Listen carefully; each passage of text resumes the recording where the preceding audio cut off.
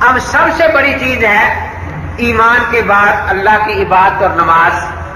اللہ تبارک و تعالیٰ فرماتے ہیں اقیم الصلاۃ لذکری، نماز میری یاد کے لیے قائم کرو۔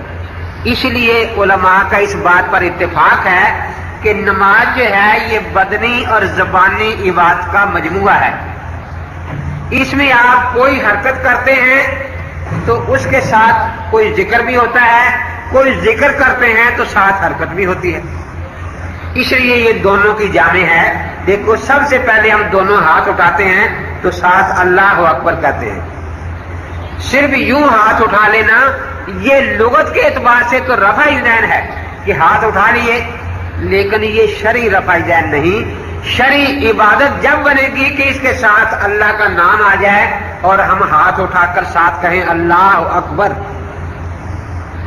تو جو بغیر تکبیر کے رفع ذہن ہے وہ لغوی رفع ذہن ہے، اور جو تکبیر کے ساتھ رفع ذہن ہے یہ شرعی رفع ذہن ہے۔ الحمدللہ ہم شرعی رفع ذہن کرتے ہیں، تکبیر تحریمہ میں کرتے ہیں تو اللہ اکبر ساتھ کہتے ہیں یا نہیں کہتے؟ وتر میں قنوت کے وقت کہتے ہیں، ہاتھ اٹھاتے ہیں تو ساتھ اللہ اکبر کہتے ہیں یا نہیں کہتے؟ عیدین کی تکبیروں کے ساتھ رفع ذہن کرتے ہیں تو ہر رفع ذہن کے ساتھ تکبیر موجود ہے نا اللہ اکبر۔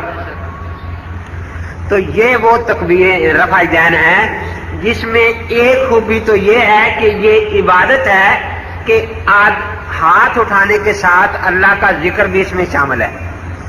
دوسرے یہ کہ دنیا کی کسی حدیث کی کتاب میں ان کے خلاف کوئی حدیث نہیں۔ پہلی تکبیر کے وقت حضرت کا رفع ذہن نہ کرنا دنیا کی کسی کتاب میں یہ روایت موجود نہیں کہ آپ نہیں کرتے۔ وتر کی قنوت کے ساتھ آپ تکبیر لیں آپ اس کا کرنے۔ ایک تو یہ کہ اس سے چھوٹے رافضی اور بڑے رافضی آتے ہیں تو وہاں اللہ اکبر نہیں، وہ اللہ اکبر تو رکوع جانے کے لیے ہے، اس لیے اس کو تکبیر انتقال کہتے ہیں کہ کھڑے ہو کر اللہ کا لفظ شروع کرنا ہے اور گھٹنوں پر ہاتھ رکھ کر راہ کو ختم کرنا ہے، تو ان کو تکبیر انتقالات کہتے ہیں۔ اب اگر کوئی آدمی غلطی سے یہاں رکوع سے پہلے ہاتھ اٹھا کر اللہ اکبر کہہ لے اور پھر بغیر اللہ اکبر کہتے ہوئے رکوع میں جائے تو گویا اس نے تکبیر کا وہ موقع بدل دیا جو اللہ کے رسول نے رکھا تھا۔ اسی کو کہتے ہیں یحرفون الکلم عن مواضعہ۔ اور اگر وہ بغیر اللہ اکبر کے یوں ہاتھ مار کے پھر رکوع میں چلا جائے تو پھر یہ وہی ہے جس کو حضرت نے گھوڑوں کی دمے سے تشبیہ دی ہے، کیونکہ گھوڑے جب دمے مارتے ہیں تو ساتھ اللہ اکبر بالکل نہیں کہتے، اس کے ساتھ کوئی ذکر شامل نہیں ہوتا۔ تو وہ رفع ذہن جس کے ساتھ اللہ کا ذکر شامل نہیں وہ گھوڑوں کی دموں والی رفع ذہن ہے، اور چھوٹے رافضی اور بڑے رافضی وہی رفع ذہن اسی پر زور دیتے ہیں۔ ہم کہتے ہیں کہ وہ رفع ذہن جس کے ساتھ اللہ کا ذکر اور تکبیر شامل ہے یہ عبادت ہے، کیونکہ قرآن میں آتا ہے اقیم الصلاۃ لذکری، میری یاد کے لیے میری نماز ادا کرو۔ اب اللہ ہاتھ بھی اٹھائے اللہ کے سامنے اور اللہ اکبر بھی کہا تو یہ دونوں باتیں جمع ہو گئی۔ حضرت عبداللہ بن مسعود رضی اللہ تعالیٰ عنہ ایک دن میں بیٹھا تھا تو ایک ساتھی آئے، آ کر کہنے لگے جی ذرا صحیح بخاری شریف نکالیں۔ میں نے صحیح بخاری شریف نکال لی، کہتے جی دیکھو رفع ذہن کی دو حدیثیں ہیں، ایک حضرت عبداللہ بن عمر رضی اللہ تعالیٰ عنہ سے اور ایک حضرت مالک بن حویرث رضی اللہ تعالیٰ عنہ سے۔ میں نے کہا اچھا ہے، اس کا مطلب کیا ہے کہ جی حضرت رفع ذہن کرتے رہے؟ میں نے کہا ہمیشہ یا کبھی کی؟ میں نے کہا دیکھو دو فکروں میں بڑا فرق ہے۔ موسیٰ علیہ السلام نبی ہیں، یہ بات سچی ہے یا جھوٹی ہے؟ اور موسیٰ علیہ السلام آخری نبی ہیں، یہ بات بھی سچی ہے جھوٹی ہے؟ اب دونوں باتوں میں فرق ہے نا۔ اگر تو اتنا ہے جتنا ہم مسلمان مانتے کہ قرآن میں ہے موسیٰ علیہ السلام نبی ہیں، یہ بات تو ہے سچی۔ اگر کوئی کہے کہ قرآن میں لکھا ہے کہ موسیٰ علیہ السلام آخری نبی ہیں جیسا یہودی کہتے ہیں اس لیے انہوں نے پھر عیسیٰ علیہ السلام کو نہیں مانا، تو یہ بات یقیناً غلط ہے۔ تو میں نے کہا یہاں اتنا ہے کہ حضرت نے رفع ذہن کی یا یہ ہے کہ حضرت آخر عمر تک رفع دین کرتے رہے؟ کہنے لگے جی یہاں اتنا ہے کہ رفع دین کی، لیکن چھوڑنے کا ذکر بھی تو نہیں ہے نا، اگرچہ کرنے کا ذکر بھی ہمیشہ کے لیے نہیں ہے۔ تو میں نے کہا اس حدیث میں خاموشی ہے، نہ آخر عمر تک کرنے کا ذکر ہے، نہ اس حدیث میں چھوڑنے کا ذکر ہے۔ کہتے جی پھر آپ بخاری شریف کو چھوڑ کر فقہ کی کتابوں پر عمل کرتے ہیں؟ میں نے کہا نہیں، حدیث پر عمل کرتے ہیں۔ میں نے نسائی شریف اٹھائی، میں نے کہا یہ نسائی شریف حدیث کی کتاب ہے فقہ کی؟ کہتے ہیں حدیث کی۔ میں نے کہا سیاستہ میں شامل ہے؟ کہ جی بالکل شامل ہے۔ میں نے کہا لکھنے والا بھی شافعی ہے؟ کہ جی لکھنے والا بھی شافعی ہے۔ میں نے کہا دیکھو امام بخاری کا شاگرد ہے یہ، انہوں نے یہ حدیثیں دونوں لکھی ہیں جو امام بخاری لائے ہیں، صفحہ 158 جلد 1 پر، اور دونوں لکھنے کے بعد باب دیا ہے، باب و ترک ذالکا، کہ اس رفع دین کے چھوڑ دینے کا بیان۔ اور اس کے بعد حضرت عبداللہ بن مسعود رضی کی حدیث لائے ہیں کہ حضرت عبداللہ بن مسعود رضی اللہ تعالیٰ عنہ نے یہ فرمایا کہ آؤ میں تمہیں اللہ کے پاک پیغمبر والی نماز دکھاؤں۔ یہ کہاں فرمایا؟ کسی جنگل میں جہاں اور کوئی جاننے والا بیٹھا نہیں تھا؟ نہیں، مسجد اعظم کوفہ میں جہاں تقریباً 1500 صحابہ پہنچے ہیں۔ پھر یہ اہل کوفہ کوئی یہ نہیں کہتا کہ ان کا مکہ مدینے سے تعلق کٹا ہوا تھا، یہ بھی آتے جاتے رہتے تھے حج کرنے کے لیے، مکہ مدینے والے لوگ بھی یہاں آتے رہتے تھے، وہ آ کر ان کو نماز پڑھتے دیکھتے تھے، یہ وہاں جا کر ان کو نمازیں پڑھتے دیکھتے تھے۔ تو ایسی جگہ بیٹھ کر فرمایا آؤ اللہ کے نبی پاک والی نماز تمہیں بتاؤں۔ آپ نے پہلی تکبیر کے وقت دونوں ہاتھ اٹھائے تکبیر کے ساتھ، اور اس کے بعد پھر پوری نماز میں کہیں ہاتھ نہیں اٹھائے۔ تو میں نے کہا کہ یہ حدیث کی کتاب ہے، اسی طرح ترمذی میں رفع دین کے بعد ترک کی روایت ہے، اسی طرح ابو داؤد میں رفع دین کے بعد چھوڑنے کی حدیث موجود ہے۔ تو میں فقہ سے نہیں سیاستہ کی 3 کتابیں تیرے سامنے رکھ رہا ہوں۔ اب آپ سے یہ کہتا ہوں کہ آپ سیاستہ سے صرف ایک کتاب میرے آگے رکھیں کہ جس میں چھوڑنے کا ذکر پہلے ہو حدیث کہ پہلے نہیں کرتے تھے، بعد میں کرنے والی حدیث آئی ہو، تاکہ شبہ پڑے کہ شاید بعد میں کرنے لگ گئے ہوں گے۔ تو یہ 3 کتابیں ہم پیش کر رہے ہیں آپ کے سامنے۔ آپ اس بتائیں کہ جب دوسری حدیث میں چھوڑنے کا ذکر آ گیا تو چھوڑ دینی چاہیے یا نہیں چھوڑ دینی چاہیے؟ پھر میں نے اسی نسائی شریف میں اس کو سجدے کی رفع دین کا باب دکھایا کہ دیکھو یہاں سجدے کی رفع دین کرنے کا ذکر ہے، آگے اس کے چھوڑنے کا باب ہے۔ پھر تکبیر تحریمہ والا باب دکھایا کہ یہاں رفع دین کرنے کا باب ہے، چھوڑنے کا باب کوئی نہیں۔ معلوم ہوا تحریمہ والی رفع دین حضرت نے نہیں چھوڑی، لیکن جس طرح سجدوں والی رفع دین کر کے چھوڑ دی، اس طرح رکوع والی رفع دین بھی کر کے چھوڑ دی۔ اب یہ بات بڑی عام فہم تھی، بار بار میں اس سے پوچھتا تھا کہ یہ حدیث کی کتابیں ہیں یا فقہ کی کتابیں؟ کہتا حدیث کی ہیں۔ کہتا اچھا جی 3-4 تھے، چلے گئے۔ 3-4 دن کے بعد آئے اور نسائی لے کر آئے جس پر مولوی عطا اللہ حنیف کا حاشیہ تھا۔ باہر ایک آدمی کو کھڑا کر لڑکے کو 3 اندر آ گئے کہ جی ہم کتاب لائے ہیں، اگر آپ اجازت دیں تو اندر لے آئیں۔ میں ضرور لائیں۔ وہ اس پر یہ لکھا ہوا تھا حاشیے پر کہ یہ جو حدیث ہے یہ ضعیف ہے، اور وجہ ضعف کی کوئی نہیں لکھی تھی۔ تو کہنے لگے جی یہ انہوں نے لکھا ہے کہ حدیث ضعیف ہے۔ میں نے کہا بیٹا بات میں دل پھیرنا میرے پاس کی بات نہیں، مسئلہ میں تمہیں سمجھا رہا ہوں کہ اللہ اور اللہ کے رسول نے ہمیں فقہا کے سپرد کیا تھا، لیتفقہوا فی الدین ولینذروا قومهم اذا راجعوا الیہم لعلہم یحذرون، اور فقہا سے ہی ہمیں پورا دین ملتا ہے۔ آپ چھوٹی چھوٹی فقہ کی کتاب اٹھائیں، تعلیم الاسلام، نماز کی پوری شرطیں ملیں گی، اور سیاستہ پوری سامنے رکھ کر آپ نماز کی شرطیں جواب بھی کرا سکتے ہیں۔ ایک تو پورا دین ملتا ہے، دوسرا اس میں یہ اختلاف نہیں ہوتا کہ اس حدیث میں کچھ ہے اس میں کچھ ہے، وہاں اسی کو لیا گیا ہے جس پر عمل جاری رہا۔ اس لیے ہمیں اللہ نے اور اللہ کے رسول نے فقہا کے سپرد کیا تھا کہ ان سے دین سیکھو۔ انہوں نے تمہیں یہ کہا کہ فقہا کو سے دین نہیں سیکھنا،